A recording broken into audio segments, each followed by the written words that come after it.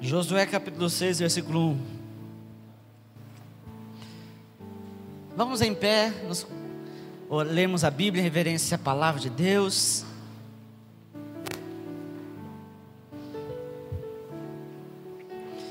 Josué capítulo 6, versículo 1.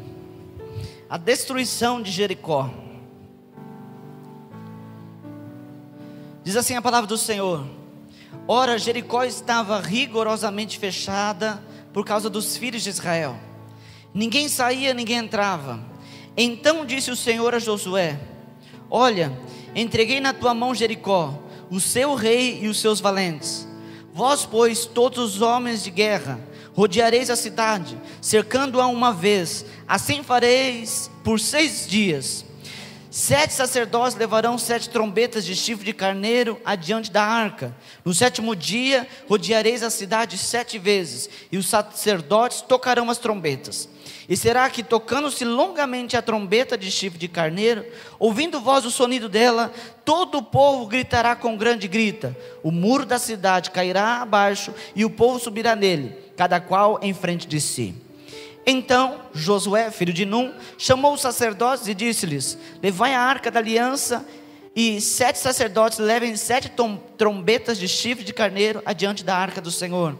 E disse ao povo: Passai e rodeai a cidade, e quem estiver armado, passa diante da arca do Senhor. Assim foi que, como Josué dissera ao povo, os 7 sacerdotes, com as 7 trombetas de chifre de carneiro diante do Senhor, passaram a tocar as trombetas, e a arca da aliança do Senhor os seguia. Os homens armados iam adiante dos sacerdotes, que tocavam as trombetas. A retaguarda seguia após a arca, e as trombetas soavam continuamente. Porém, ao povo ordenara Josué, dizendo: Não gritareis, nem fareis ouvir a vossa voz, nem sairá palavra alguma da vossa boca, até o dia em que eu vos diga: gritai, então gritareis. Assim a arca do Senhor rodeou a cidade, contornando-a uma vez, e entraram no arraial e ali pernoitaram. Levantando-se Josué de madrugada, os sacerdotes levavam de novo a arca do Senhor. Os 7 sacerdotes que levavam as 7 trombetas de chifre de carneiro diante da arca do Senhor iam tocando continuamente. Os homens armados iam diante deles, e a retaguarda seguia após a arca do Senhor, enquanto as trombetas soavam continuamente. Versículo 14. No 2º dia, rodearam outra vez a cidade e tornaram para o arraial. Assim fizeram por 6 dias. No 7º dia, madrugaram ao subir da alva, e da mesma sorte, rodearam a cidade 7 vezes. Somente naquele dia, rodearam a cidade 7 vezes. E sucedeu que na 7ª vez, quando os sacerdotes tocavam as trombetas, disse Josué ao povo: Gritai, porque o Senhor vos entregou a cidade. Porém a cidade será condenada, ela e tudo quanto nela houver. Somente viverá Raabe, a prostituta, e todos os que estiverem com ela em sua casa, porquanto escondeu os mensageiros que enviamos. Tão somente guardai-vos das coisas condenadas, para que, tendo-as vós condenado, não as tomeis, e assim torneis maldito o arraial de Israel e o confundais. Porém toda a prata e ouro e utensílios de bronze e de ferro são consagrados ao Senhor, irão para o seu tesouro. Gritou, pois, o povo, e os sacerdotes tocaram as trombetas. Tendo ouvido o povo o sonido da trombeta, levantado o grande grito, ruíram as muralhas, e o povo subiu à cidade, cada qual em frente de si, e a tomaram. Tudo quanto na cidade havia, destruíram totalmente ao fio da espada, tanto homens como mulheres, tanto meninos como velhos, também bois, ovelhas e jumentos. Feche os teus olhos, vamos orar a Deus. Peça para Deus falar com você nessa noite, para Deus ministrar o teu coração de uma forma especial. Senhor Deus, em nome de Jesus, nós te damos todo louvor, toda honra, toda glória por estarmos aqui nessa noite. Como é bom, Senhor, nós podemos louvar o Senhor, engrandecer o teu nome. Como é bom, Senhor, nós erguemos as nossas vozes, Senhor, cantando ao Senhor, celebrando aquele que vive eternamente. Ah, Deus, mas nós pedimos algo mais essa noite. Pedimos que o Senhor venha falar conosco, em nome de Jesus. Pai, que o Senhor venha falar com cada um, Pai, aqui nessa noite, de forma, Senhor, personalizada, de forma individual, ó Deus, em nome de Jesus. Pai, eu te peço Que o Senhor tenha liberdade, Senhor, e te entrego o domínio deste lugar, para que o Senhor tenha liberdade para ministrar, para agir neste lugar, em nome de Jesus. Pai, nós trazemos as nossas mentes cativas ao Senhor, te entregamos, Senhor, o domínio da nossa mente, te entregamos o domínio do nosso corpo e do nosso espírito, para que o Senhor fale, para que o Senhor ministre, como Tu queres, em nome de Jesus, amém. Podemos assentar.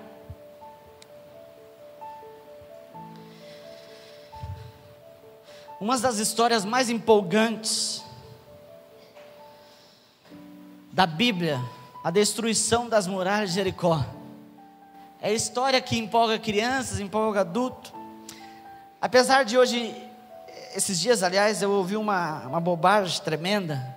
Alguém dizendo para mim que a história de Jericó, assim como a história de Jó, foram histórias figuradas, historinha, e que não foi real. Como tantas outras coisas a pessoa disse na Bíblia. E muito me admira que essa pessoa seja entre aspas, muitas aspas, um pregador. Eu disse, essa deve ser mais uma estratégia. Não falei para a pessoa para não magoá-la, mas eu pensei, essa deve ser mais uma estratégia de Satanás para tentar distorcer a Bíblia. As pessoas, durante todas as eras, tentaram, mistificar a Bíblia, separando ela da verdade. Mas a palavra de Deus, ela é indestrutível, amém? Ela continua viva. E eu posso falar para você com toda clareza: as muralhas de Jericó ruíram. Isso é real, amém? Há um tempo atrás, alguns arqueólogos acharam vestígios lá na região de Jericó, dos muros.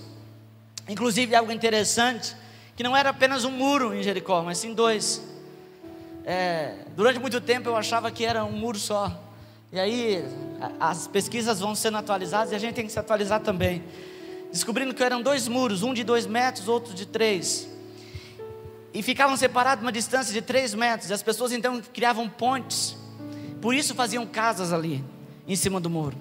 E os arqueólogos, eles acharam, e fazendo uma análise, descobriram que o muro realmente caiu de alto a baixo. Ele não despedaçou, mas sim ele caiu, porque eles têm toda a tecnologia para poder identificar se foi deteriorado, mas não foi deteriorado, caiu mesmo, caiu inteiro. Então a história de Jericó é real. É porque as pessoas querem tirar todo o poder, toda a glória de Deus. Mas o meu Deus, o teu Deus, é o Deus que derruba muralhas, é o Deus que faz milagres, amém? Gostaria que você olhasse para a pessoa que está ao teu lado e dissesse para ele: Deus é Deus que derruba muralhas, amém? Quem não tem uma muralhazinha para derrubar? Todos nós temos alguma muralha. Todos nós temos um probleminha que a gente precisa vencer. Pastor, o senhor também tem problema? Tem. Inclusive eu estou arregimentando pessoas para me ajudar nas batalhas. Amém? Todos nós temos, queridos, problemas. Todos nós temos algo para conquistar. E sabemos que as conquistas, existem obstáculos para alcançá-las. Todas as conquistas. Se não fosse assim, não seria conquista. Se não fosse assim, Jesus não nos chamaria de mais do que vencedores. É porque a gente venceu em Cristo e continuaríamos vencendo, amém? Por isso somos chamados mais do que vencedores. Existem batalhas para serem vencidas, e dentre essas conquistas existem muralhas. Foi o que aconteceu com o povo de Israel. Não é a geração incrédula aqui, é uma geração nova. A geração incrédula, quando saiu do Egito, padeceu no deserto, porque eles não acreditavam no poder de Deus. Olha para a pessoa que está ao teu lado e diga assim: é melhor você acreditar, porque aqueles que não acreditam nunca saem do deserto, amém? Aumente só um pouquinho meu microfone que eu vou tirar da boca. Muita gente acha que, aliás, muitas pessoas me procuram e falam: ah, pastor, eu estou no deserto, estou no deserto, estou no deserto. E eu vou dizer uma coisa para você: o deserto de Deus tem fim, não é eterno. Se está sendo eterno na tua vida, é porque você não está acreditando. O deserto, ele é permanente para aqueles que não acreditam, amém? Então a geração passada, a geração que saiu do Egito, não entrou na terra, porque não acreditaram. Mas essa geração é a geração de Josué e Caleb. Uma geração que depois de 40 anos de uma incredulidade, pôde conquistar uma terra. E o que me chama a atenção é que no relato dos espias há 40 anos atrás, da destruição de Jericó, eles não falam de muralhas. Eles olharam tudo, eles ficaram dias olhando a terra. Puderam contemplar, inclusive, o tamanho das frutas que lá eram produzidas. Todas as coisas eles especificaram no relatório, mas nada tinha no relatório sobre muralha. Creio eu que o povo começou a ouvir falar do povo de Deus. A Bíblia diz que a muralha, que a cidade, melhor dizendo, estava fortificada por conta dos filhos de Israel. A notícia de que havia um povo que tinha um Deus poderoso correu pela região de Canaã, e então eles ergueram muralhas para tentar se proteger dessa avalanche de vitória que era o povo de Deus. Amém? Mas eu tenho algo interessante para te falar nessa noite. É que Deus, Ele te dá a oportunidade de conquistar. E quando você perde a oportunidade da conquista de Deus, as coisas cada vez vão ficando mais difíceis. Se o povo tivesse entrado em Canaã naquele tempo que Deus tinha falado, eles não enfrentariam muralhas. Mas por causa da incredulidade, 40 anos depois o povo entrou, mas enfrentaram muralhas. Amém? Por isso eu digo para você, antes de qualquer coisa daquilo que eu vou falar nessa noite, não perca as oportunidades. Aquilo que Deus coloca diante de você, não perca as oportunidades que Deus te dá. Amém? Eu aprendi muito cedo que a oportunidade ela é como um cavalo selado. Ela passa e nunca mais vai voltar. Ô pastor, mas Deus não é Deus de oportunidade? Sim, outras novas oportunidades aparecerão, mas aquela passou. O povo de Deus poderia ter entrado na terra de Canaã e destruído apenas gigantes, mas depois de 40 anos eles tinham que enfrentar gigantes e também muralhas. Não perca tempo, creia no poder de Deus e conquiste aquilo que Deus tem colocado diante de você. Amém? Glória a Deus. Mas vamos lá. O povo de Israel então chegou na tão sonhada Canaã, a terra que Deus disse que manava leite e mel, e eles puderam contemplar isso. Inclusive até hoje, tudo que se planta naquela região é de grande abundância.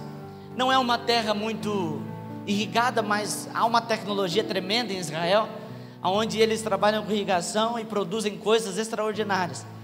Eu nunca tive ainda, aliás, eu não tive ainda a oportunidade de ir lá, mas conheço muitas pessoas que foram e provaram as frutas que lá existem, e é tremendo. Aliás, alguém aqui já foi em Israel? Não? Tem alguém que tem um sonho de ir para Israel também, igual a mim? Então vamos mandar uma caravana, irmãos. Amém? Caravana da fé para Israel. Então o povo fala que a fruta é doce, é tudo muito bom, e de fato tudo aquilo que Deus faz é maravilhoso. Esse povo então entra nessa dimensão da promessa. Deus fala com eles, e a primeira cidade que eles precisam conquistar é Jericó, uma cidade que já estava esperando o povo de Deus. Você imagine uma cidade no formato de Jericó. Jericó era uma cidade, uma das cidades mais antigas do mundo. Era uma cidade preparada, uma cidade que tinha todo o aparato de guerra para se defender. E essa era a cidade que Deus queria que o povo, a primeira cidade que Deus queria que o povo conquistasse. Deus deu uma estratégia. O povo tinha que rodear 6 dias a cidade. Alguns vão dizer que a cidade tinha um perímetro de 250 quilômetros. Não sei se isso é verdade, a gente não consegue mensurar. Se for verdade que é 250 quilômetros, eles andaram pela fé. Mas alguns vão dizer que era um pouco mais de 2 quilômetros. Eu não sei ao certo. Mas o Senhor mandou o povo rodear a cidade um dia. No segundo dia, mais uma volta. No terceiro dia, mais uma, até completarem 6 dias. No 7º dia, Deus pede que o povo dê 7 voltas. E como que era a estratégia? Os levitas levavam a arca do Senhor, que representava a glória do Senhor. A arca era como se fosse esse gasofilaço, só que num formato 4 vezes maior, com 2 querubins que ficavam na tampa, e ali tinha alguns objetos que representavam o milagre de Deus, o bordão de Arão que floresceu e uma bacia de maná. A arca do Senhor representava o Senhor na terra. Onde estava a arca do Senhor, ali estava a presença de Deus. O povo então tinha que, nessa caminhada em volta de Jericó, carregar a arca do Senhor. Os levitas carregavam a arca e os sacerdotes iam tocando as trombetas. 7 sacerdotes tocando trombeta. Alguém vai dizer assim: pastor, não havia barulho nenhum. Não, querido, o povo não poderia fazer barulho nenhum, mas os sacerdotes tocavam as trombetas, tocavam o chofar continuamente. Eu tenho um chofar aqui. Aliás, tem 2, tem esse aí que é de carneiro. Eu gosto de tocar chofar que assusta as crianças, mas eu não vou tocar agora. E tinha esse aqui. Esse aqui pode chegar em torno de 1,5 m. Esse aqui é 90 centímetros, é um dos pequenos. Um de 1,5 m faz um pouquinho mais de barulho. E os sacerdotes tocavam continuamente o chofar, a trombeta de chifre de carneiro, e rodeavam a cidade. Os homens armados iam à frente e outros iam atrás, e rodeavam um dia e voltavam para o arraial, voltavam para o acampamento. Acordava de madrugada no outro dia, dava mais uma volta e voltava para o acampamento. Pastor, para que isso? Tem várias explicações. A primeira é que Deus sempre quer gerar em nós fé. Muitas coisas, aliás, quase tudo que Deus faz em nós não é imediato, porque Deus quer que você gere no teu coração alguma coisa. Deus quer que você gere para mim dizer, no sentido para você entender, uma ansiedade boa. Deus quer gerar expectativa no nosso coração. Por isso tudo que Deus faz, Ele tem um tempo para você estar preparado para aquilo. Então a primeira ideia é que o povo precisava acreditar. Deus poderia numa volta só derrubar a muralha? Poderia, mas Deus pede que o povo dê 6 voltas. Segunda coisa, Deus quer tratar o povo. Sempre quando Deus quer te tratar, Ele te coloca em um lugar de submissão.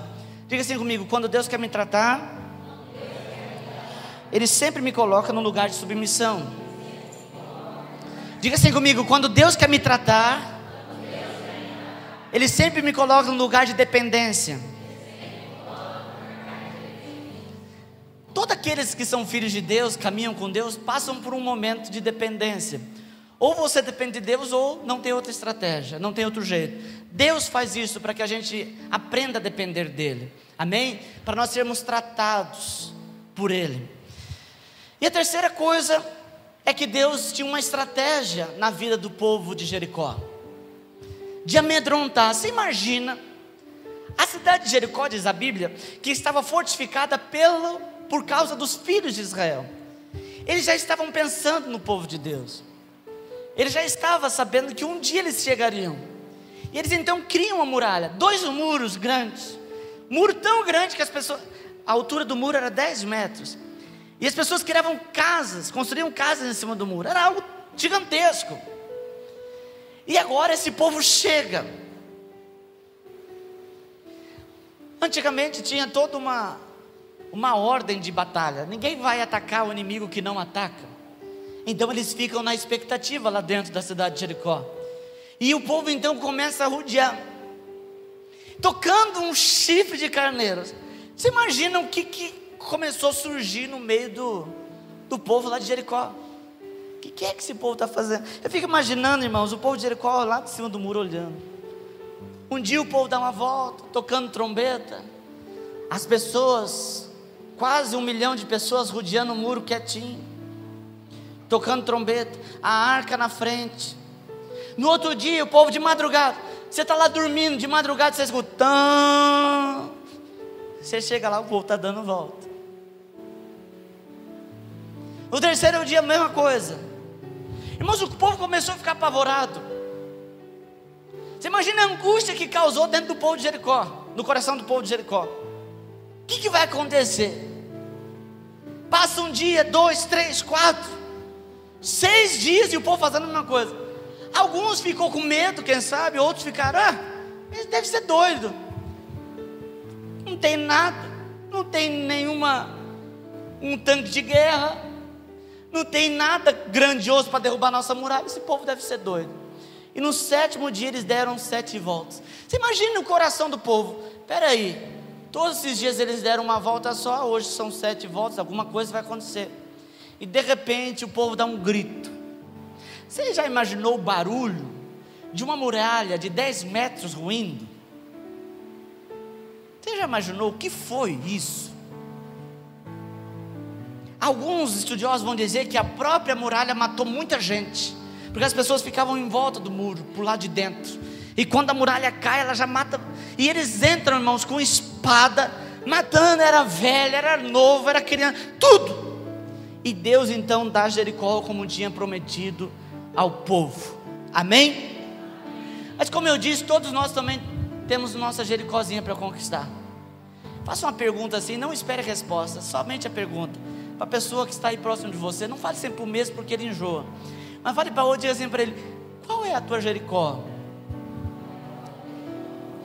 O que é que você precisa conquistar? Eu tenho uma lista aqui na minha mente de coisas que eu preciso conquistar. Coisas que não são fáceis. Eu falei uma das coisas agora há pouco. Em nível de igreja, a gente precisa de um ar-condicionado aqui, é uma muralha. A gente precisa de 2 máquinas, cada uma custa uns 7 mil reais. Somos uma igreja pequena, é uma muralha. A gente está tão acostumado a derrubar muralha que essa aí eu tenho certeza que vai ser fácil. Amém? Só precisa de um povo com um chofar na mão e disposto a gritar, amém? Todos nós temos, mas precisamos entender que as coisas de Deus têm ordem. Deus não vai fazer as coisas na tua vida, te dar algo, te dar uma conquista, se você tiver de qualquer jeito. E eu vou te dizer, essa, olhando com os olhos humanos, é a coisa mais chata que tem em Deus. Deus, ele não te dá algo para te matar. Coisa mais chata, eu estou dizendo no sentido que você quer estar entendendo. Deus, ele não quer te entregar algo que vai roubar você dele. Deus então, ele quer te entregar algo no tempo dele, no tempo onde ele entende que você está localizado, ajustado nele. Deus entregou Jericó na mão de um povo que estava submisso a ele. Amém? Diga assim comigo, a primeira coisa, você pode falar um pouquinho mais alto? Que eu preciso entender é que há necessidade de submissão. Amém? O que é, pastor, submissão? Submissão é obediência. E como você sabe, não existe meia obediência. Quando você pede para o filho, apesar que hoje em dia não dá para fazer muito exemplo, mas você pede para o filho, filho, vai lavar o carro. E ele fala assim para você: ah, pai, mais tarde eu lavo. Apesar de muita gente achar que isso é obediência, isso é desobediência, porque você está mandando lavar o carro, ele não está lavando. Não existe meia obediência. Se eu quero conquistar coisas em Deus, eu preciso entender que há necessidade de obediência. Eu preciso obedecer a Deus. Deus chegou para o povo e disse assim: vocês vão ficar em silêncio. Não foi o grito que derrubou a muralha. Não foi o chofar, a trombeta que derrubou a muralha. Foi a obediência. O problema, irmãos, é que a gente olha para as coisas de Deus e a gente olha o grito, olha a trombeta e acha que o grito e a trombeta vai derrubar o muro. Mas não é o grito e a trombeta, é a obediência. Obedecer a Deus naquilo que Deus está dizendo, naquilo que Deus fala. Ah, pastor, como que eu vou saber o que Deus está dizendo? Eu não escuto. Através da palavra, através da Bíblia. A palavra de Deus diz que aqueles que ouvem essas palavras, que praticam essas palavras, ele está firmado na rocha e nada abala ele. Se você tem muralhas para derrubar, você precisa entender que há necessidade de você obedecer a Deus em todas as coisas, não somente naquilo que você acha interessante obedecer. Isso não é obediência. Amém? A gente precisa obedecer a Deus em tudo, procurar viver uma vida que agrade a Deus, aquilo que está na palavra. Pastor, eu não sei o que é certo e o que é errado. Não me diga isso. Até uma criança sabe o que é certo e o que é errado. Adão e Eva deu para nós algo que não é tão interessante. Eles deram para nós o conhecimento do bem e do mal. Isso não está somente sobre os filhos, está sobre todo ser humano. A partir do momento que Adão e Eva comeu o fruto do conhecimento do bem e do mal, todo ser humano, no seu juízo perfeito, sabe o que é bem e o que é mal.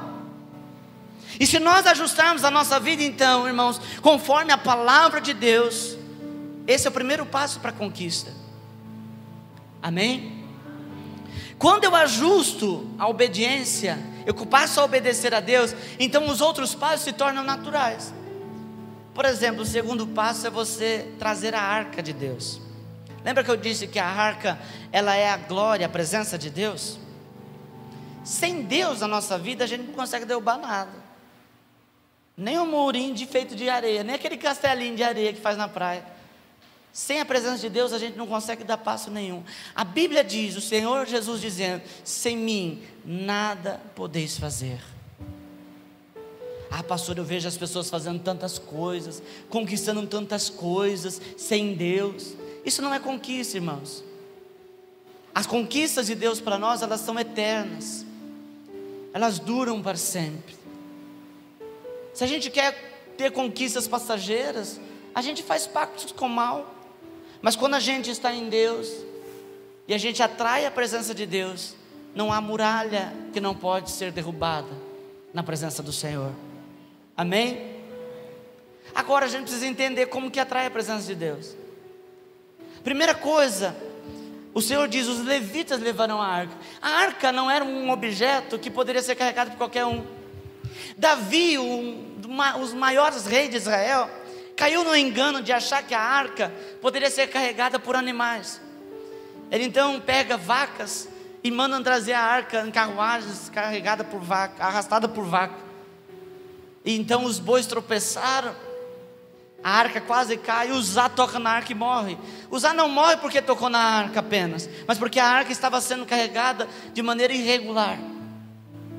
A presença de Deus, ela não está em qualquer lugar. A presença de Deus é uma presença santa, pura. Ela não está em qualquer lugar. Você chega na rua e você pergunta: quem tem Deus no coração? Todo mundo: eu. Pastor, todos nós temos Deus. Não, Deus não vai habitar em um lugar que Ele não seja preenchido, em lugar que não condiz com Ele. Você está me entendendo? Pastor, eu quero muito conquistar, eu quero ter vitória. Então seja obediente. Em segundo lugar, atrai a presença de Deus para a tua vida. Coloca a sua casa em ordem. Quando a gente vai receber visita, as mulheres só faltam ficar doidas, não é? Alguém liga, fala: amanhã eu estou indo aí para tua casa, vou ficar 3 dias aí, que gostoso. E as mulheres vão lavar roupa, vão limpar a casa, vão faxinar. Assim é Deus. Deus quer habitar conosco, mas nós temos que colocar a casa em ordem para que Ele habite. Amém? Se eu quero derrubar muralhas, se eu quero conquistar coisas de Deus na minha vida, eu preciso entender que a presença de Deus tem que estar comigo. Não foi o grito, não foi a trombeta, foi a obediência, foi a presença de Deus. Amém? O povo de Deus não era conhecido o povo forte, mas era o povo que temia a Deus. Essa era a fama do povo. Alguém que atrai a presença de Deus é reconhecido. Até o próprio diabo reconhece aquele que tem a presença de Deus. Amém? A palavra de Deus nos ensina que a única maneira que nós temos para resistir ao mal é submeter a Deus. Eu não resisto ao mal se eu não estiver debaixo da submissão de Deus. Se eu não estiver na presença de Deus, eu não consigo resistir ao mal. Ele vai entrar e vai trazer destruição, como está escrito em João 10:10. Vai matar, vai roubar e vai destruir. Mas a presença de Deus conserva a tua vida. A presença de Deus traz vitória para a tua vida. A presença de Deus cura a tua família, salva a tua família, transforma a tua vida. Amém? Hoje pela manhã nós estávamos falando sobre intimidade na escola bíblica. Nós estamos falando de Apocalipse e caiu intimidade. Eu não sei qual é a estratégia que você usa para atrair Deus. Alguém falou na escola bíblica: pastor, é através da oração e do jejum? Eu disse: pode ser. Mas não existe fórmula para você atrair Deus. É aquilo que você faz de melhor que Ele se agrada. Quando a gente coloca regras para atrair a presença de Deus, a gente se torna religioso, e isso não é legal. Eu não sei como, mas você tem que atrair a presença de Deus. Eu disse para os irmãos aqui na escola bíblica, a minha oração ela é interessante. Uma vez alguém me disse assim: pastor, a gente cumprimenta o senhor na rua, o senhor nem vê. E eu disse assim: eu não sou vereador para ficar, olá, tudo bom? Inclusive, já vou falando aqui, se você me encontrou na rua e me cumprimentou e não te cumprimentei, é porque eu não te vi. Eu sempre estou andando na rua, estou falando com Deus, estou orando. Pastor, ninguém, como que é? Se o senhor sai orando, as pessoas te escutam, Senhor poderoso. Não, eu fico conversando. Que nem eu falei aqui do ar-condicionado. Amanhã eu tenho que fazer um monte de coisa. Eu falei: Deus, e o ar-condicionado? Como que a gente vai fazer? A gente precisa colocar aqui o ar, o senhor sabe que a gente precisa colocar o ar lá na igreja. As pessoas estão com calor lá, Deus. Como que nós vamos fazer? E Deus vai falando, e eu vou falando com Ele. Essa é a minha maneira. Você vai conquistar uma moça, um moço. Tem gente que gosta de flor, então você dá flor. Tem gente que gosta de bombom, então você dá bombom, não é assim? Você vai pesquisar, tem gente que é mais profundo. Tem gente que vai pesquisar o perfume que a pessoa gosta. Ele gosta de tal essência, ele gosta de tal perfume. Então você vai, é assim com Deus. Irmãos, o mundo está querendo colocar tantas regras para Deus ficar distante da gente. Mas Deus, Ele é uma pessoa que você se aproxima dEle e percebe o que o atrai. Então você vai fazendo aquilo que o atrai. Alguém me ligou esses dias e falou assim: pastor, Deus gosta que a gente pergunta até coisa pouca para Ele, coisa que aos nossos olhos é insignificante. Deus, eu estou querendo comprar um carro, qual é o carro que o senhor quer para mim? Pastor, mas Deus tem a ver com o carro? Mas Deus gosta. Deus se agrada quando você pergunta para Ele. Existe um livro chamado Bom Dia Espírito Santo, que ele vai falar dessa intimidade. É um relacionamento. Ao ponto de quando Deus não estiver, por exemplo, eu vou falar algo aqui que os homens vão saber. Quando a mulher não está bem com você, ela não precisa nem falar nada, não é? Você chega em casa e fala: tudo bem, amor? Ela fez uma cara lá e fala: ih, a coisa não está legal. O nosso relacionamento com Deus tem que chegar a tal ponto que você entenda e você decifre o céu, você decifre Deus. Tem gente que fica esperando ouvir a voz de Deus. Pastor, eu quero ouvir. Como que é a voz de Deus? É grossa, é fina? Eu quero ouvir. Mas quando você conhece, quando você tem intimidade, você sente, você percebe. Tem gente que só quer o Deus do ditador, que é aquele Deus, a pessoa é doida para Deus dar uma chicotada nela quando ela está errada. Deus, eu estou caminhando aqui pelo pecado, o senhor vê que eu estou errado, o senhor dá uma chicotada. Deus não é assim. Quando você tem intimidade com Deus, você vai andando com Ele. Quando você estiver pisando fora dos caminhos, você percebe o que Ele está querendo te dizer, você decifra Deus, então você volta. Davi, ele conquistou esse nível de intimidade com Deus através da adoração. A gente conhece o Davi como um rei que matou Golias. A gente conhece o Davi que pegou na barba do urso, aliás, da barba do leão, pegou e matou o urso, o leão, venceu o gigante. Mas a gente se esquece que Davi formou primeiro na adoração. A primeira coisa que Davi fez na vida dele foi uma arca, aliás, uma harpa. E ele dedilhava e adorava a Deus com a sua harpa. Davi primeiro conquistou o coração de Deus, para depois conquistar vitórias como a de Golias. Tem muita gente querendo vencer gigante, tem muita gente querendo derrubar muralhas, mas não tem conquistado Deus. E aí, irmãos, a sua vida vai se tornar uma vida cansativa.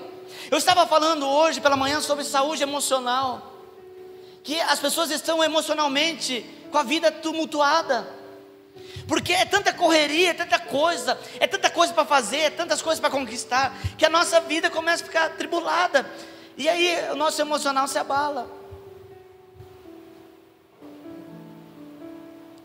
Então a gente precisa de Deus, a gente precisa da presença de Deus na nossa vida, porque senão a gente não consegue viver. O homem não foi criado para viver separado de Deus.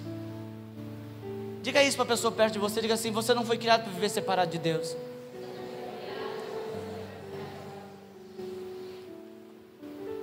Todo ser humano precisa de um escape. Todo ser humano precisa disso. Ninguém consegue viver ali a ferro e fogo. Ninguém. O mundo aí fora, o escape é a droga, a bebida, o sexo, de forma prostituta. Agora, nós que somos de Deus, nós temos a presença de Deus em nós, e é lá que nós encontramos o refúgio. Pastor, não precisa de nada disso. Não, a gente precisa, a gente não consegue viver. Por isso que a gente precisa da presença de Deus na nossa vida. A presença de Deus é o nosso refúgio. A presença de Deus é o nosso refúgio. O próprio profeta Elias, o grande profeta Elias, que mandava cair fogo do céu, ele não era absoluto, ele precisava de alguma coisa, ele tinha suas fraquezas, suas limitações, e a presença de Deus o tratava, e a presença de Deus o curava. O próprio Jesus Cristo, que veio como homem, precisava de refúgio, e ele então ia orar. Irmão, nós precisamos, é um caso de vida ou morte, nós precisamos da presença de Deus. Nós precisamos. Eu não sei qual o uso da presença de Deus que você faz. Pastor, eu tenho a presença de Deus uma vez por dia, eu uso a presença de Deus uma vez por dia. Tem muita gente fazendo uso aí de drogas, de remédios para dormir, para acordar, para piscar. Tem gente que está tomando tanto remédio para andar, para sentar. Faça uso da presença de Deus. Tire um tempo no seu dia para orar. Pastor, como se ora? Se você está fazendo essa pergunta para mim, é porque você ainda não entendeu. É você falar com Ele, é você estar no seu lugar secreto, no seu momento sozinho, e falar, e deixar Ele falar com você, e deixar Ele te tocar. Deus não é um Deus, irmãos, distante. Isso quem fez foi a religião afastou Deus dos homens, mas a palavra de Deus diz que Jesus é aquele que aproxima Deus dos homens. Não é a religião. A palavra religião vem do grego religare, que quer dizer ligar o homem a Deus. Isso é uma perversidade terrível. Religião não liga o homem a Deus. Quem liga o homem a Deus é Jesus Cristo. Ele morreu na cruz do Calvário. Você não precisa da aceitação da religião, você não precisa da aceitação da igreja para estar próximo de Jesus, para estar próximo de Deus. Basta você hoje, nesse momento agora, falar com Deus, e Deus vai ouvir a tua oração. Basta você pedir para Ele te tocar, e Ele vai te tocar. Deus está mais perto do que nós pensamos. Jesus, quando Ele foi ser assunto ao céu, eu estou falando aquilo que nem ia falar aqui hoje, mas Jesus, quando Ele foi assunto ao céu, os discípulos começaram a ficar apavorados. Você imagina andar com Jesus todo dia? Aleluia. Imagine você acordar com Jesus. O que nós vamos tomar hoje, café da manhã? Não esquenta não, Jesus vai fazer um milagre aí. Irmãos, nem todos os milagres, diz a Bíblia, está escrito no livro. Muitas coisas Jesus fez que não foi contado, não teve espaço para contar. Jesus fazia milagre o tempo todo. A vida de Jesus era uma vida de milagre. Às vezes, deixa eu pensar um pouquinho aqui, vamos viajar junto comigo. Às vezes a pessoa acordava, puxa vida, não tem café da manhã. E Jesus falava, olha ali, a mesa posta, com todas as delícias da terra. Pastor, será? Irmão, Jesus queria comer figo. E Ele orava para comer figo. Era um milagre atrás do outro. E as pessoas andavam com Jesus todo dia, os discípulos andavam com Jesus todo dia, vendo coxo andar, vendo cego ver, vendo morto ressuscitar. E de repente Jesus falava, estou indo embora. Os discípulos começaram a ficar apavorados. E agora? O senhor vai embora? Vamos ficar só? Jesus fala, não, eu vou. mas eu vou enviar aquele que vai andar com vocês todos os dias. E nesta hora Jesus chama ele de Paracletos, aquele que anda do lado, o Espírito Santo. O Espírito Santo, Ele está conosco todos os dias, e a gente tem que usufruir dessa presença maravilhosa. Às vezes eu estou dirigindo sozinho, eu começo a chorar, eu começo a cantar uma música e eu sinto que o Espírito Santo cantar junto comigo. Ixi, nosso pastor está ficando doido. Que seja, que a gente seja doido por Jesus mesmo, mas que a gente usufrua dessa presença. A arca andava com o povo, a arca de Deus tem que estar com você, a glória de Deus tem que andar com você.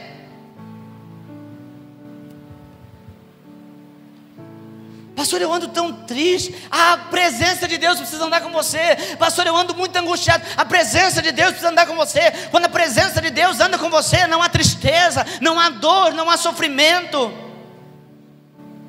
Amém? Deixa eu contar uma coisa para você. Eu me converti com 12 anos de idade. Meu pai era um homem alcoólatra, terrível. Batia na gente, todo dia.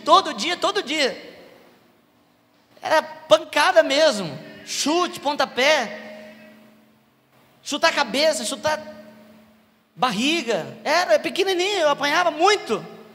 E eu me converti com 12 anos de idade. Eu ia para a igreja e chegava em casa apanhado do meu pai. Alguém vai dizer assim: pastor, o senhor se converteu, parou de apanhar? Não, eu converti e continuei apanhando. Mas eu apanhava feliz.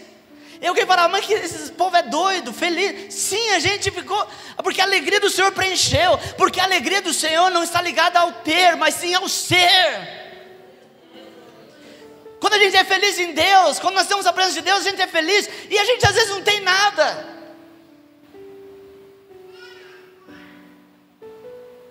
Eu conto isso direto, irmãos. Eu já cheguei em casa aqui em Nova Andradina, para orar com irmãos, que a casa não tinha piso, nem contrapiso, era chão de terra batido, e ser recebido com um sorriso tão grande, que dá vontade de ficar o dia todo lá. E a pessoa feliz, até você é impressionado com aquilo, porque você entra, você olha a dificuldade, a limitação, a pobreza, e você fica triste, mas você é impactado pela alegria da pessoa que está vivendo aquilo, e você vê que verdadeiramente ela tem a presença de Deus. Não é conformismo não, querido, não confunda a alegria do Senhor com conformismo. É a pessoa entender que aquilo que ela está vivendo é um tempo, e que chegará um tempo onde tudo isso passará.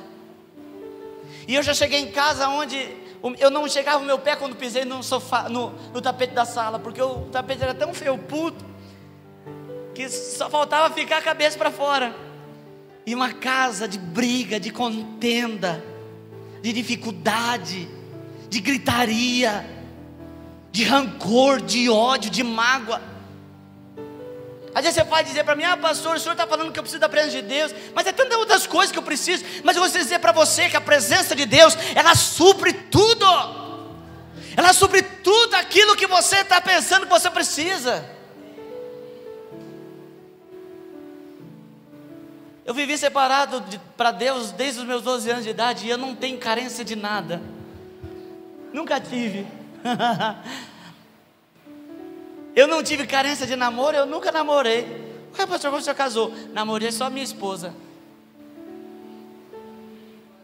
Nunca tive carência. Nunca tive carência de drogas, porque eu fazia uso do Espírito Santo. Como diz um pastor, a gente não chapa lá fora, mas nós chapa do Espírito Santo. A Bíblia diz: não vos embriagueis com vinho, mas enchei-vos do Espírito Santo. A presença de Deus, ela supre todas as suas necessidades e te faz derrubar muralhas, amém? Diga assim comigo: a presença de Deus me faz derrubar muralhas. Amém, queridos? A presença de Deus tem que estar à frente. A arca tinha que estar na frente. Qual é o lugar da presença de Deus? Na sua lista de prioridades, Deus está onde? Qual é o lugar de Deus na tua lista de prioridades? Ah, pastor, primeiro lugar, a minha família, porque isso é bonito. Falar que a família está em primeiro lugar é bonito, é muito bonito, mas Deus tem que estar em primeiro lugar. Se Deus não está em primeiro lugar na tua vida, a tua família perecerá, o seu casamento perecerá, o seu trabalho perecerá. Coloque Deus em primeiro lugar, busque a Deus. Não condicione Deus à tua vida, mas condicione a tua vida a Deus. Tem muita gente que está querendo adaptar Deus à sua vida. Eu fico impressionado com tanto de igreja que tem hoje. Não é? Ah, pastor, isso é bom. Depende, mais ou menos é bom. Se for para divulgar o evangelho, que multiplique, que tem igreja de tudo quanto é lugar. Mas muitas vezes não é. As pessoas, quando são confrontadas com a Bíblia, elas resolvem criar uma interpretação própria. E aí então entra as heresias, os enganos, as inventações, as mentiras. E é cada coisa doida que a gente ouve, irmãos. Cada coisa absurda, em nome da fé, em nome do evangelho. Mas eu gostaria de dizer para você que é a Bíblia que deve ser o seu manual de regra, de fé e de prática. Ande por ela, vive na presença de Deus, você não precisa de mais nada. Mais nada. Amém? Coloque Deus como prioridade da tua vida. Busque a Deus. Busque a Deus. Amém?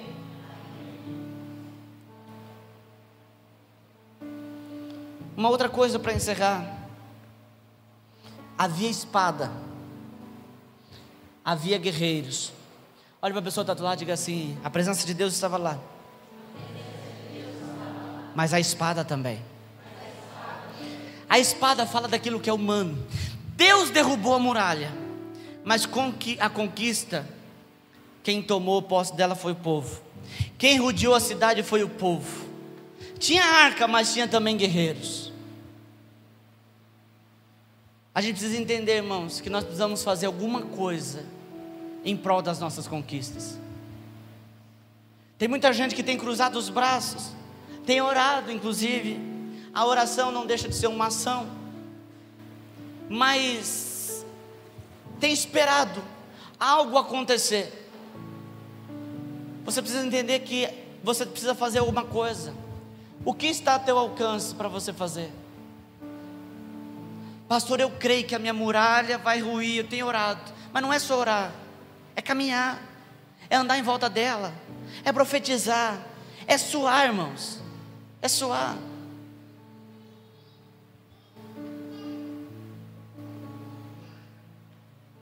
É suar, é fazer alguma coisa. O que você pode fazer para mudar a sua história? Para mudar a sua situação? Deus tem me levado a falar isso. As pessoas estão querendo espiritualizar aquilo que não é espiritual. Estão querendo naturar aquilo que é espiritual, que não é natural. Cuidado para você não inverter as coisas. Há coisas que tem que orar e há coisas que tem que agir.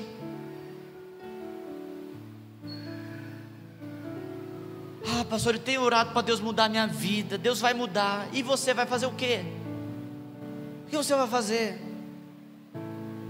A gente precisa de encontro com a palavra de Deus. A gente precisa ir de encontro. Quem crê que Deus multiplicou o pão e o peixe? Mas tinha pão e peixe. Quem crê que o povo de Deus passou a pé enxuto no Mar Vermelho? Mas eles tiveram que entrar.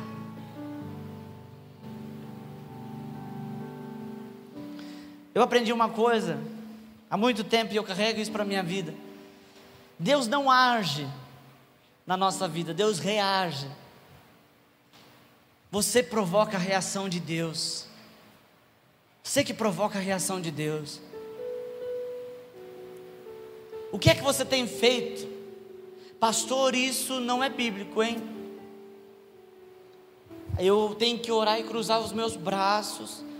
E a parábola do juiz? A mulher todo dia dizia: juiz, julga minha causa.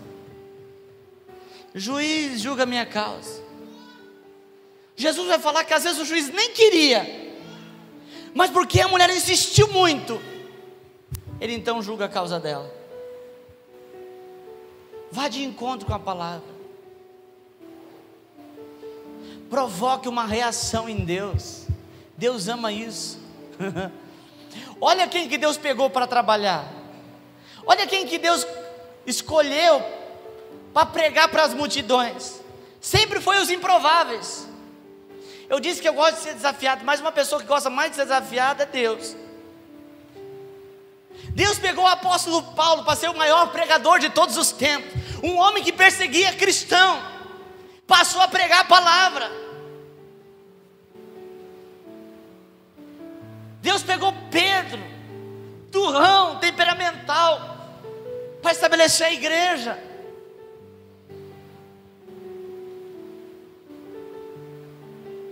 Deus pegou Moisés, medroso, gago, tinha medo de falar em público. Olha, nada conspirava a favor dele. Tinha medo de falar em público. Quando falava em público, gaguejava.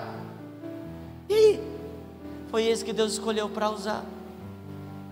Deus pega o menino, o menor da sua casa, o menininho bonitinho, e pega ele para se tornar rei de Israel. Deus escolhe o homem que sentia o menor da sua casa, o menor do seu povo, para tornar ele um grande libertador. Gideão. Deus quer ver você agindo. Deus quer ver você fazendo alguma coisa. Nós temos que provocar a ação de Deus na nossa vida, queridos. Ore, jejue, mas faça alguma coisa. Pastor, meu casamento está acabando. Lute pelo seu casamento. Ore pelo seu casamento. Jejue pelo seu casamento. Mas vai lá, compra bombom e flores para sua esposa. É alguma coisa. Pastor, eu estou perdendo os meus filhos. Ore, jejue, mas passe tempo com eles. Pastor, eu quero ser promovido no meu emprego. Ore, jejue, mas vai estudar. Davi foi rei, mas ele teve que estudar para ser rei. Ah não, pastor, aí já é demais. Davi estudou o quê? Estudou guerra. Davi não podia ser mandado para a guerra porque os irmãos dele eram mais preparados que ele. Ele foi mandado para ser pastor, mas lá como pastor ele aprendeu a ser guerreiro. E quando Deus colocou ele para ser rei, ele estava pronto, ele estava preparado. Amém? Deus quer fazer de você um derrubador de muralhas. Deus quer fazer de você um derrubador de gigantes. Mas não perca o foco em Deus. Não perca a presença de Deus. Seja obediente. Ouve a palavra de Deus. Olha o tanto de coisa que foi falado aqui nessa noite. Disso que foi falado aqui, a realidade é triste. 30% do que eu falei você vai absorver, se você não permitir que o Espírito Santo ministre. Mas se você permitir, ele vai falar muito mais. Até coisas que eu nem falei. Mas você não pode só ouvir, você tem que colocar em prática. Começa a agir. Eu sempre falo isso, irmãos. O culto não pode ser um dia que a gente senta e ouve o pastor falar. O culto tem que provocar alguma coisa na minha vida. O culto tem que provocar alguma coisa em mim. A pregação tem que me aproximar de Deus e não me afastar. Amém? Vamos colocar de pé.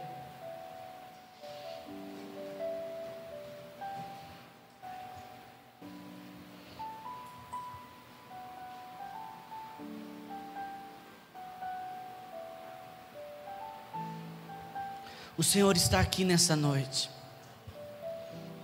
Aleluia. Fecha os teus olhos. Vamos orar a Deus. Oh, aleluia. Louvado seja o teu nome, Senhor. Engrandecido seja o teu nome. Nós te adoramos, Senhor. Nós te bendizemos, Deus. Nós estamos aqui nessa noite, Senhor, para ouvir a tua voz. E o Senhor tem falado conosco.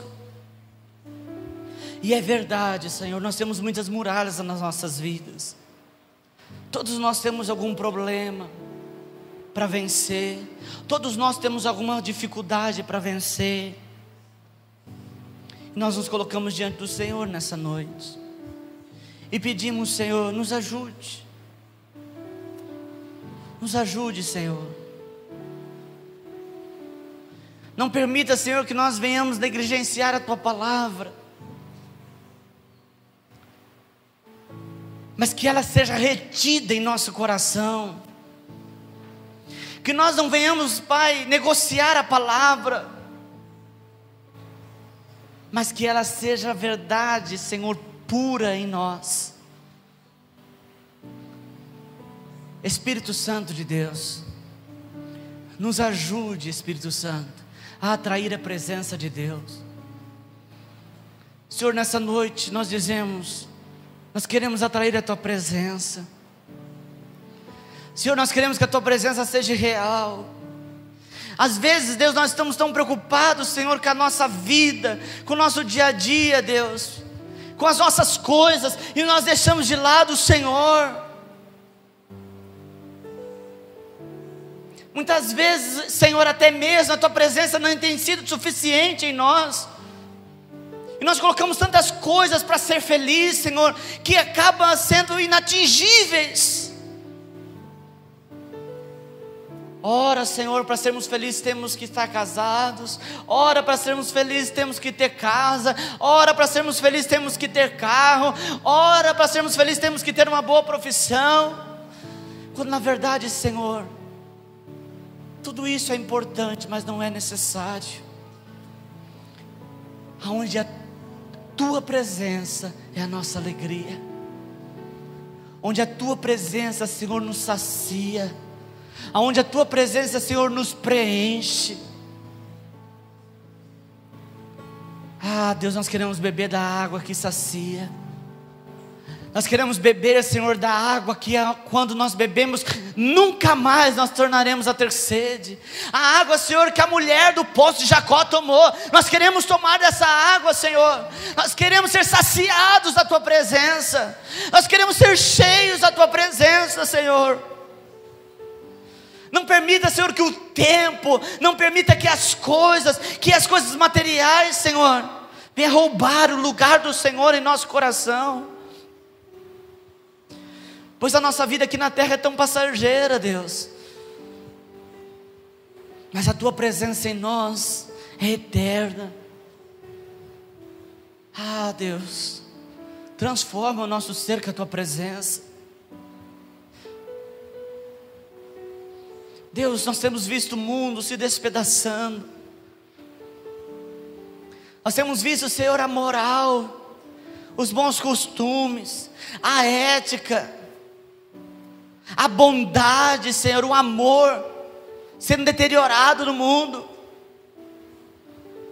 Mas nós sabemos que a tua presença faz isso ser conservado em nós. Então nós, como igreja do Senhor, clamamos por tua presença, Senhor.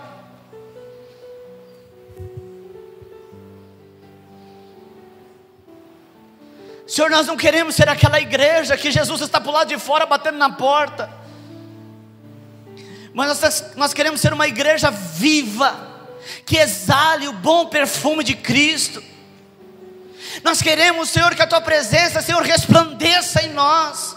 Nós queremos, Senhor, que a tua glória esteja conosco, Deus. Nós queremos, Senhor, que a tua glória venha impactar vidas através da nossa.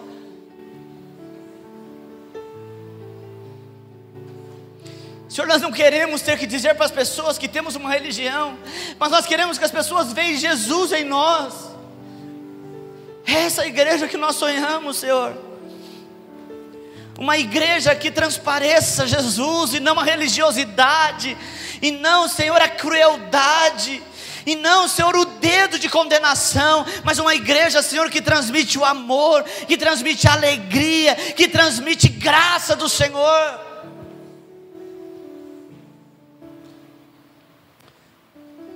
Senhor, nos ajude a agir, Deus. Senhor, que a Tua presença em nós cause reação, cause mudança, Senhor. Que nós possamos, Deus, nos posicionar, Senhor, no Teu propósito. Nós não queremos ser como Jonas. Nós não queremos, Senhor, tomar domínio da nossa vida, mas nós queremos que a nossa vida seja posicionada pelo Senhor. É o Senhor que governa, é o Senhor que domina, é o Senhor que faz, é o Senhor que opera. E nós pedimos nessa noite, Senhor, domina sobre nós. Domine sobre nós, ó Deus.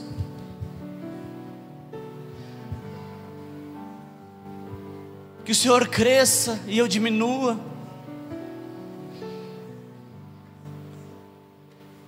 Deus, em nome de Jesus, nós queremos, Senhor, ser totalmente tratados pelo Senhor. Sabemos, Senhor, que isso nos custa, Deus. Nos custa renúncia. Custa muitas vezes dor. Mas nós queremos estar no centro da Tua vontade.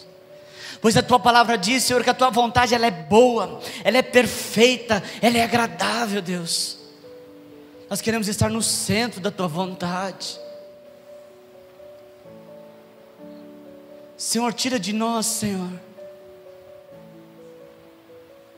todo mundanismo, Deus, que naturaliza a igreja, que naturaliza a presença de Deus, que naturaliza o culto, que transforma o culto em palestra, Deus. Em nome de Jesus, tira isso do nosso meio, Senhor. Mas que nós venhamos ser surpreendidos, Senhor, pelo toque do Teu Espírito Santo. Que nós sejamos surpreendidos a cada dia, Senhor, pela manifestação da Tua glória, Senhor, que mexe conosco, que mexe com o nosso coração, que abale as nossas estruturas, Deus. E eu, como ministro do Senhor, peço que isso aconteça sobre os Teus filhos nessa noite. Que o Senhor mexa com eles. Ó Deus, em nome de Jesus, que o Senhor abale as estruturas deles. Ó Deus, em nome de Jesus, aquele, Senhor, que entrou neste lugar, Pai, de uma maneira, Senhor, sem querer nada, apenas entrou, Senhor, em nome de Jesus, que o Senhor toque nele, que o Senhor toque nela, Deus. Aquele que veio por vir, Senhor, toca nele. Ministra, Espírito Santo. Ministra, Espírito Santo. Senhor, toca nesse homem, nessa mulher. Toca, Senhor. Toca, Senhor. Pai, esse Teu filho, essa Tua filha, Deus, que tem clamado. Esse Teu filho, essa Tua filha que tem clamado por sentir a Tua presença, Deus. Toca também naquele que é indiferente, Senhor, naquele que está indiferente, Senhor, nessa noite. Toca, Senhor, no homem, toca na mulher, Senhor. Faça algo novo nessa noite, Deus. Faça algo novo nesta noite, Deus. Em nome de Jesus. Em nome de Jesus. Em nome de Jesus. Senhor, que os Teus filhos sejam tocados aqui. Deus, nós não precisamos, Senhor, de motivação para sentir a Tua presença, porque ela é real aqui neste lugar, Deus. Ela é real neste lugar aqui, Deus.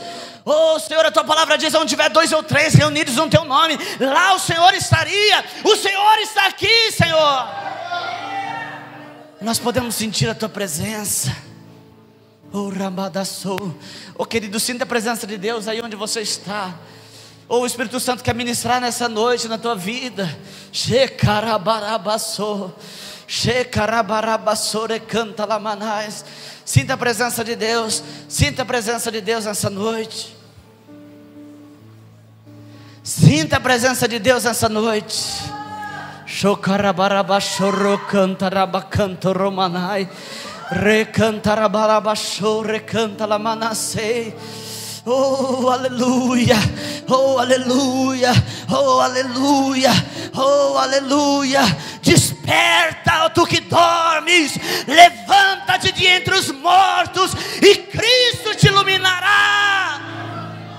Xarabatantorocora malabaxe canta la manasse. Ricalabassore canta la manai. Receba a unção de Deus essa noite. Receba a glória de Deus essa noite. Receba, receba, receba. Seja cheio da glória, seja cheio da unção de Deus. Lerere cantoro balabaxere becanta la manasse. Recanta la manasson de cantere bacanta la balabaxe. Racantororo basere becanta la manaias. Oh, adore, adore, adore. Exalte ao nome do Senhor. Exalte ao nome do Senhor. Ele está aqui. Ele está aqui. Ele está aqui. Xerere cantororo barabachara macantere balabachai. Ara cantoro balabachei. Ah, decanta la manaias. Oh Espírito, oh Espírito, toca mesmo, mexe mesmo. Aleluia. Xere canta la balabachai. Oh, rabachore. Se você está com vontade de chorar, chore. Se você está com vontade de sorrir, sorria. Se você está com vontade de gritar, grite. Mas deixe o Espírito Santo te tocar. Xerecanta lavadaço. Receba, receba nessa noite a unção de Deus. Oh, recanta labachara macantere balabachai. Receba algo novo. Receba algo novo. Receba um óleo fresco. Receba o óleo fresco da unção. Shekalabalabasherere cantorolabashai. Recantalabashai. Recantalabashe. Cantalamanaias. Oh, aleluia. Vem sobre nós, Senhor. Ele canta la balabaxe, ele canta la manas. Seja cheio nessa noite. Seja cheio nessa noite. Seja cheio nessa noite. Seja cheia nessa noite em nome de Jesus. Seja cheio, seja cheio, seja cheio nessa noite.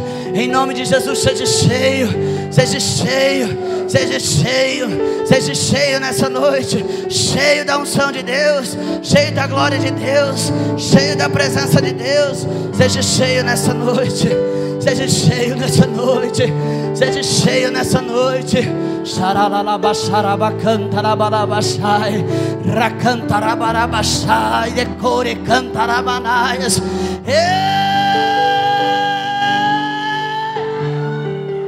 Xarabaxorocolabanamacê. Oh, aleluia. Oh, aleluia. Toca aqui, Senhor. Toca aqui, Senhor. Toca aqui, Senhor. Toca aqui, Deus. Toca aqui, Deus. Toca aqui nessa noite. Toca aqui nessa noite, Deus. Toque aqui. Toque aqui nessa noite. Toque, Deus. Toque, Deus. Em nome de Jesus. Xarabarabaxaramacantaramanaes. Se cantorolalabaxê de cantalamanais. Xerere cantorolalabaxai de cantoromanais. Rerere cantalabalabaxô. Rerere cantalabalabaxai de cantorobalabaxê. Xerere cantorolalabaxerere calamarama. Xerere cantalabalabaxô. Xerere cantorolalabaxai. Oh, que a presença de Deus te preencha. Que a presença de Deus te preencha nessa noite. Que a presença de Deus te seja suficiente. Que a presença de Deus transborde nessa noite. Shakalabaxarabacantoro lalabanai. E cantoro lalabaxê. Recanta labaxaramacanta lamanaias. Oh, aleluia. Oh, aleluia. Oh, aleluia. Xerere canta la balabachon de cante plovi andalamanais. Xerere canto la bachai. Rokonodokorra balabashara makantere. Oh, aleluia, aleluia. Oh Espírito Santo, oh Espírito Santo. Te agradeço por me libertar e salvar, por ter morrido em meu lugar. Jesus, te agradeço, eu te agradeço.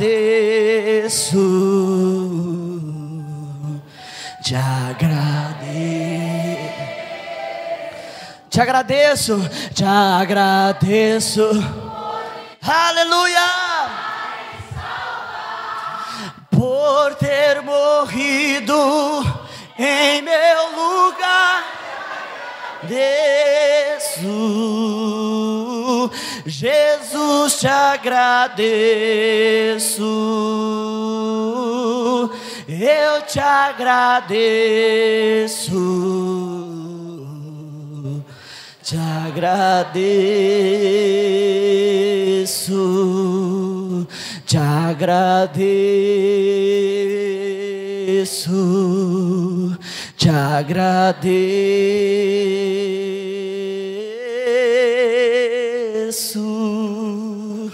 Aleluia, vamos aplaudir ao Senhor nessa noite. A Ele seja a glória, o louvor, pelos séculos dos séculos. Aleluia.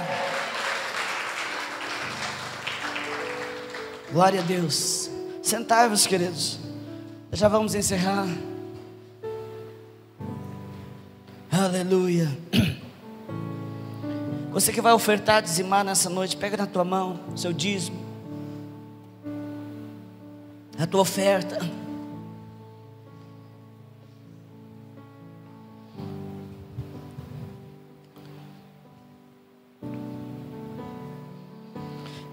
Pastor, a muralha que eu tenho enfrentado na minha vida é na área financeira. Lembra que eu falei que você precisa obedecer? Não adianta você orar para mudar a sua vida financeira se você não for dizimista. Pastor, essa palavra é dura. Dura sim. Mas é que não há, irmãos, quebra de maldição se não há princípio estabelecido. Estabeleça o princípio do dízimo na tua vida. O Senhor diz que quando você é dizimista, quando você dizima ao Senhor, Ele vem e quebra todo o mal. E após isso, você pode fazer prova com Ele. Então você precisa estabelecer isso na tua vida. Mas a Bíblia diz que você não pode contribuir por constrangimento nem por necessidade. Pastor, o Senhor está me constrangendo, então não faça isso. Não dizime, não oferte. Você precisa entender o que é o dízimo. Você precisa entender o que é oferta. Tem muita gente que está dando oferta para agradar a igreja. Tem muita gente que dá oferta para agradar a Deus. E a oferta não tem esse sentido. A oferta é um princípio de semeadura no reino de Deus. O que agrada a Deus não é a sua oferta. O que agrada a Deus é o princípio de Deus estabelecido. Amém? Quando você estabelece o princípio, então Deus honra a palavra dele na tua vida. Amém? Pegue, você que vai ofertar, pegue a sua oferta. Você que vai dizimar, pegue o seu dízimo. Por favor, vamos colocar de pé novamente todos, para nós orarmos. Eu quero orar agora pelo dizimista, pelo ofertante. Depois o irmão Gabriel vai estar ungindo você. O apóstolo Renato esteve aqui na sexta-feira passada. Foi sexta-feira passada? Retrasada, né? E apresentou a Maria Clara e ele ministrou uma palavra. Depois do final do culto ele chamou o Gabriel. Gabriel é o nosso tesoureiro. Ele declarou uma palavra no Gabriel sobre uma bênção financeira. Ele disse que o Gabriel tinha autoridade para abençoar na área financeira, porque ele é o tesoureiro dessa igreja. Então eu quero que ele te unja com essa liberação de prosperidade na tua vida. Amém? Você que vai ofertar, você que vai dizimar, você vai receber essa unção. Eu tenho certeza que aquilo que estiver amarrado, aquilo que estiver preso, será desfeito e as portas se abrirão. Senhor, em nome de Jesus, abençoe aqueles que vão ofertar nessa noite. Abençoe, Senhor, aqueles que vão dizimar. Que o Senhor multiplique, Deus.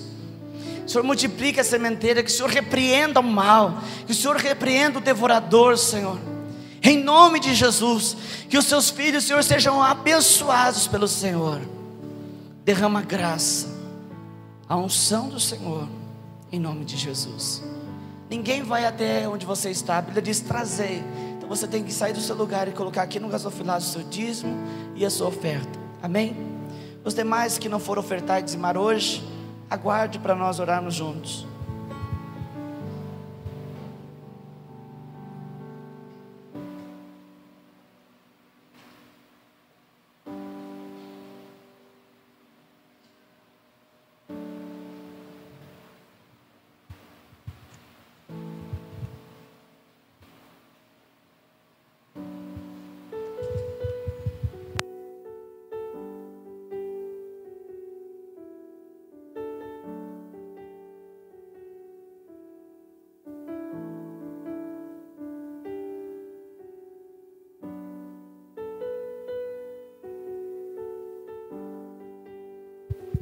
Amém, nós já vamos orar encerrando. Deixa eu dar só os últimos avisos. A igreja está promovendo, queridos, uma ação entre amigos em prol da sala infantil. A sala infantil é aquela sala que está sendo construída lá no fundo. As crianças estão ficando aqui onde quer o escritório. A gente precisa acabar aqui, fazer o escritório, mas a sala lá das crianças é mais ampla. Então a gente precisa de um monte de coisa para fazer. Tem reboco, tem janela. Só janela e porta ali a gente fez um orçamento por baixo, deu R$1.300. Pastor, quanto tem? A gente não tem nada, a gente está dependendo do milagre. E a gente também, como eu disse que a gente tem que orar e agir, a gente está fazendo uma ação entre amigos de uma panela de pressão da Tupperware. As irmãs que vendem Tupperware aqui na igreja disseram que custa R$600. E eu folhei uma revista e vi que de fato custa isso. Cada papelzinho desse custa R$10 para você participar do sorteio, que será dia 14 de dezembro. Está próximo, você que pode abençoar. Eu sei que tem muita gente que não compra por interesse de ganhar, apenas para abençoar. Eu te agradeço, e que você seja instrumento cada dia mais de Deus para abençoar a obra. Amém? E você que deseja abençoar, comprando, participando, procure a pastora. A pastora está com os carnezinhos. Você quer ajudar a vender, fale com ela. Amém? Isso. Toda vez a pastora me lembra, o irmão João é o que está mais vendendo. Quantos irmãos já vendeu mesmo? 6 papelzinhos desses. Deu 6 talão, 6 talão que o irmão João. Não foi dessa vez, Dudu. Ele já vendeu 6 talão. Então, eu desafio você a correr atrás do irmão João. Amém? Mas quem quiser abençoar, procure a pastora e pegue o seu. Amém? Você quer ajudar a vender, pegue lá. Eu sei que tem irmãos que não compraram, mas abençoaram com cimento, com tijolo, com outras coisas. Amém? Que Deus abençoe. Amém? E vamos orar, irmãos, para Deus nos dar. A gente tem muita coisa para fazer lá, inclusive o ar-condicionado que foi profetizado aqui. Tem que pôr lá para as crianças. Quem sabe Deus dá o ar das crianças junto com o nosso, né? Aqui. Ó, senti um pouquinho mais de firmeza. Vamos orar, amém? Vamos agir, amém? Você viu que o amém, o segundo é menor? Vamos agir, amém, irmãos? Meu pastor lá em São Paulo precisa de comprar um terreno do lado. E todos os terrenos que ele quer comprar custam R$1,5 milhão. Mas o do lado ali, ele quer uma casa lá para demolir, para fazer estacionamento para a igreja, custa 300 mil. E ele orando, Deus falou assim para ele: levanta, quem vai dar 10 mil? Quem vai dar 5 mil? Quem vai dar? E aí, irmãos, ele já falou que Deus já deu as pessoas. Tem gente que for com a orelha em pé agora. Não, fica tranquilo. Vamos orar primeiro para Deus falar quem que vai participar disso. Amém? Às vezes a gente fala muita coisa aqui, aí você fala: pastor, eu quero abençoar. Me procure. Tá, gente, eu não vou morder você, não. Vamos conversar. Pastor, eu quero muito abençoar, eu quero dar um ar, eu não sei com quem falar. Pode falar comigo. Amém? Tem o Gabriel também, está ali no fundo, tesoureiro da igreja. Vamos nos ajudar. A Bíblia diz que se um e o outro se ajudam, irmãos, o cordão não se arrebenta. Amém? Glória a Deus. Que Deus abençoe a sua semana. Venha no culto na sexta-feira, 7h30. Amém? Tem escola bíblica aqui, 9 horas da manhã. Está muito boa a escola bíblica. Aliás, não teve nenhuma que não seja boa. Cada dia a gente aprende uma coisa nova. Amém? Deus tenha abençoado. E que você tenha uma semana cheia da presença de Deus. Lembre de tirar um tempo para oração, de ler a Bíblia, de orar a Deus com a tua família. Preserve a tua família, ore em prol da tua família. O inimigo tem traçado planos para destruir a família. Ore, amém? Ore por tua família. Ore no teu trabalho. Abençoe teu patrão. Ele é instrumento de Deus para te abençoar. Ore por ele. Não persiga o patrão, não. Ore por ele, abençoe ele. Amém? E Deus te fará próspero e abençoado. Você tem uma semana de vitórias. Amém? Senhor Deus, muito obrigado. Obrigado, Deus, por este culto. Obrigado por tua presença. Obrigado pelo teu toque. Obrigado pela manifestação do Senhor aqui. E eu te peço, Senhor, que a unção, que o mover que aqui está, Senhor, continue na vida dos seus filhos. Que eles chegam em seus lares neste mover, nesta unção, nesta presença. Em nome de Jesus, ó Deus, que os teus filhos sejam ministrados pelo Senhor. Que eles tenham uma semana de vitória, uma semana de portas abertas, uma semana de conquista. Que as muralhas, Senhor, que estão sobre eles, Senhor, sejam derribadas. Em nome de Jesus, eu declaro, Senhor, que essa semana é uma semana de conquista de Jericó. Em nome de Jesus, que os seus filhos sejam abençoados. Pai, em nome de Jesus, recebe o nosso louvor, a nossa adoração. Estenda a sua mão aqui para frente.